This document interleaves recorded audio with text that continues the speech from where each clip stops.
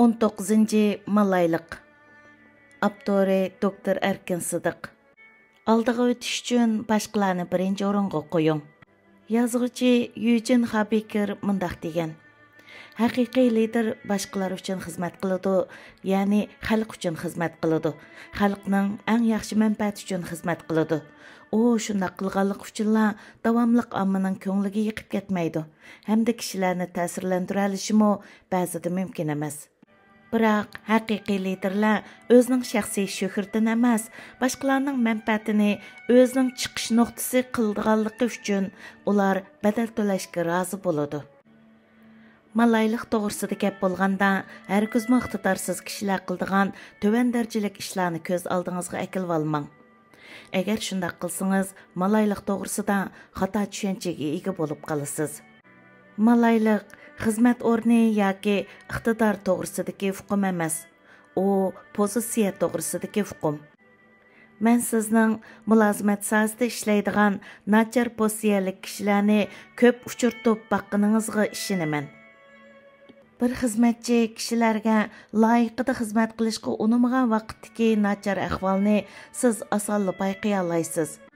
Xuddi shuningga o'xshash bir liderda malaylıq qalbining bar yo'qligini osonla payqab olg'ili bo'ladi. Haqiqiy liderlar o'zi uchun emas, boshqalar uchun xizmat qilishni istaydi. Malaylıq pozitsiyasiga ega liderlarda tövəndikidək alayidliklar bar bo'ladi. Birinci, başqalarının mənfəətini öz mənfəətinin aldığı qoydu. Malaylıq qalbinin birinci ifadəsi başqalarını özünün aldığı qoyuşdan ibarət. Bu, özünün xüsusi isteklerini bir yoqqa qayırıb qoyuş bilanmı o'xshash bo'lib, malaylıq qalbiga ega bo'lish deganimiz maqsadlik holda ommaning ehtiyojidan xabardor bo'lish, ularga yordam qilishga tayyor turish hamda ularning talablarini muhim ishlar qatorida qabul qila oladigan bo'lish qatorliq ishlarni o'z ichiga oladi. Ikkinchi, o'ziga ishonadi. Malaylықны ishqa oshirishdagi eng halqiliq omil o'zida bexatarlik ishonchisi bor bo'lish. Men bak muhim odam, boshqalar uchun xizmat qilsam bo'lmaydi deb qaraydigan kishilarning hammasi o'ziga bo'lgan, o'zining bexatarligiga bo'lgan ishonchisi komil emas kishilardir. Bir odamning boshqalarga qanday muomala qiladiganligi uning o'ziga qanday qaraydiganligini aks ettirib berdi. Faylasuf va shoir Erik Hofer yuqoridagi hukmni nihoyat yaxshi tushuntirib bergan. Diqqat qilishga arziydigan narsa shuki, biz qo'shnimizni o'zimizni so'ygandek so'yimiz. Biz o'zimizga qanday muomala qilsak, boshqalarga ham shunday muomala qilamiz. Biz o'zimizga nafratlanganda, boshqalarni ham o'ch ko'ramiz.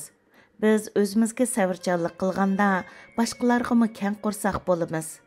Biz o'zimizni afu qilganda, boshqalarni kechiramiz.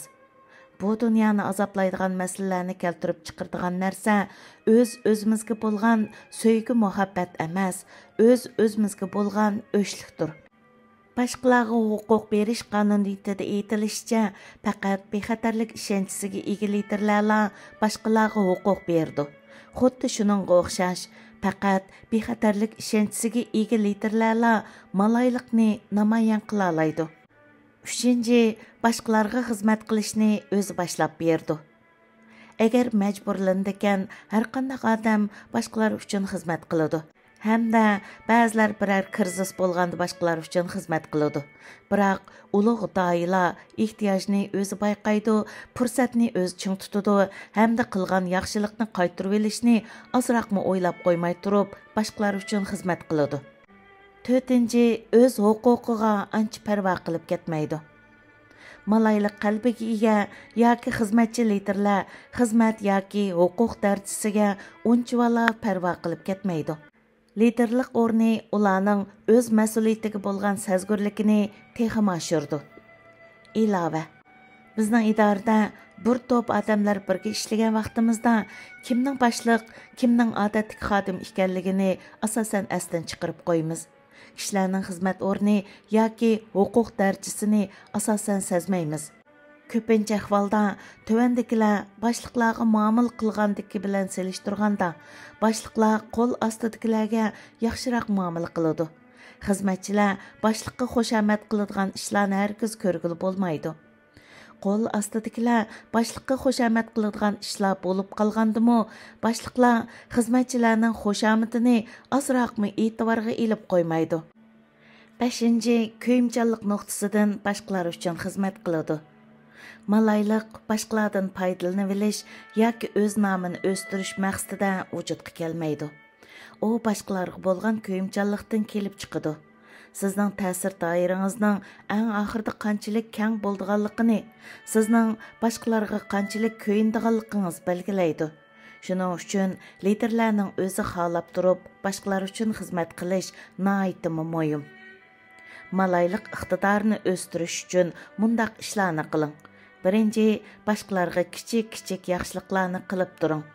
Ikkinchi, atrofing'izdagi va yangidan uchrashgan kishilarga yaqinlik qiling. Uchinchi, malayliq qilish yo'lida amaliy sharkat qo'llaning.